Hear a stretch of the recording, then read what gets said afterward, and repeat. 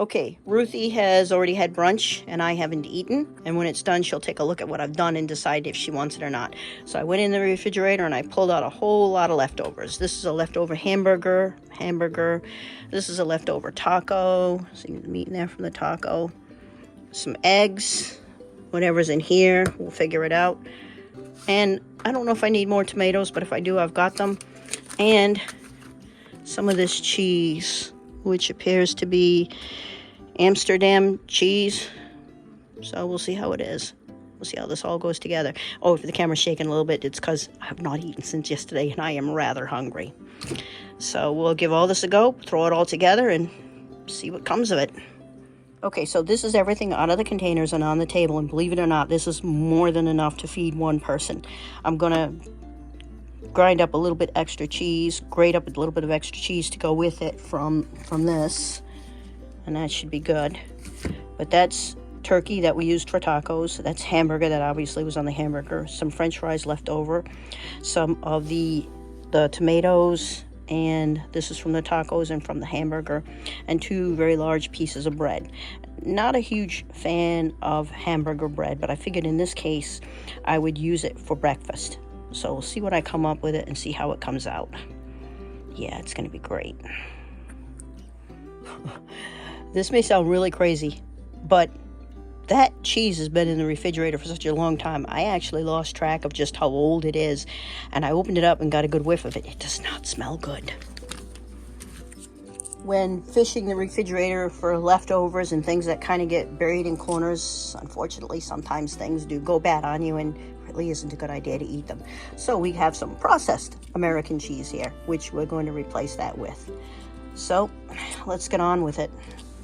Too bad about that cheese, darn. I'm so not kidding. I honestly, there's a little bit of pepperoni. There's the processed American cheese, and here's some goat cheese. Let's give the goat cheese a try instead of the processed cheese. We'll open this up and see if it's gone bad. Well, it would appear the goat cheese is also a bust. When I opened it up, green stuff came out of it. So, I guess processed cheese it is. So now we're going to get the griddle ready for everything. And yes, it's Teflon coated and it's got a little scratch on it, but I couldn't beat the price on it. When the next town over, mine had a garage sale. I saw this there and I figured I'll come back and see what happens with it, and if it's still there I'd buy it. But I got back late and the sale was over and they had just sat it out in front of the house in a free bin. I figured what the heck, I'd take it. I couldn't believe anybody else would let this thing just sit there. It's so wonderful. It obviously has been very loved and has done a lot of cooking, and it's going to do a lot of cooking here too. And the spoon at the end there, that's actually a gravy spoon, is to help keep it level. I don't know what it is, but any griddle I sit on here slopes downward at that end. So it might be because this is so big and that is so small, and that lends to it, the actual heating units underneath it. But regardless, so I'm gonna get this guy going. I sprayed a little bit of canola oil on there. And put a little bit of cheese on there too. I'm sorry, butter, not cheese. What the heck was I thinking when I said that? So a little bit of butter on there. And don't worry, I don't eat like this a lot, so no, it's not a heart attack in the making. We'll get this stuff started toasting. So the hamburger and the turkey are now on here cooking. And I know a lot of people will be like, oh, it's so gross. How could you eat the two of them together? Easy. I open up my mouth and I put it in. And I chew it. They taste good. Heat's a little bit too high. Let me turn it down some. I think it's this one I want to turn down. There you go. So that looks good. It's going. And of course the French fries are on there too to heat them up a little bit. Let's check on the bread. Well, it should be probably easy to check on it this way. That's okay. We'll leave it just like that. Leave that just like that.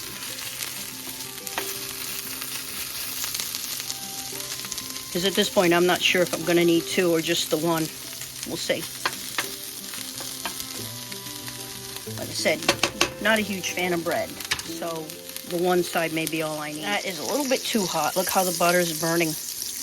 Oh well, don't really care for that. I should have been more careful. And I've never been very good at the 1 egg break, but let's give it a go and see how it turns out. Oh, what is that in there?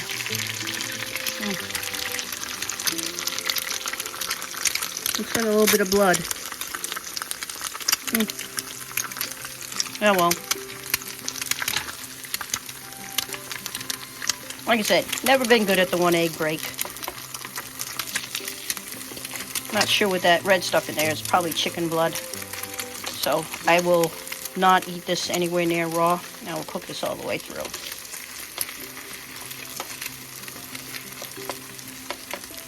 And it's too hot and the butter burned a little bit on it, and that's what caused that to turn that color. If I'd been a little bit more conscientious of it, it would have turned a nice white color without getting brown like that, but I wasn't, so such is life. It's still edible. And this is actually my favorite cooking spoon. As you can see, it is well loved and melted and has been all over things, but I love cooking with it. I moved the bread up a little bit because it didn't seem to me like it was properly toasting down there, and I think I only need 1 slice of this. That should do it. The cheese, and I actually have some of this, so when I throw it all together, I'll put this on there too. I'll slip you up. Maybe I'll put this on you so you can start melting there. Looks pretty good. Yeah, that looks really good. It's gonna have different kinds of cheeses on it. There, not bad. It smells amazing. So this is the idea that I had come up with, and as you can see why I said it's way more than enough food for 1 person. So if I wanted, I could cut this thing in half and share it with Ruth. Really doesn't need any additional flavoring because the taco turkey has brought some interesting flavors and smells to it. So it should be good. Let's finish tossing this guy together. There you go. That's what it's going to be right there. So I threw the rest of the stuff for the tacos on the top, the tomatoes, the lettuce, all on top of that. Wonder about if I put something else on it, if it'd make it better. Let's give it a go. This is sour cream. I'm going to try it on it and see what it does for it. You know, you live, you learn. This is going to be my second shot on this one because I did another where I took a nice big bite out of the side of it. But this is everything together, and this is my second take on this to see if I can get it not to sound so disgusting, because I realized I could hear my munching and crunching in the background, and that to a lot of people really is a big put off. But that's what it looks like. It does look amazing. Let's give it a go.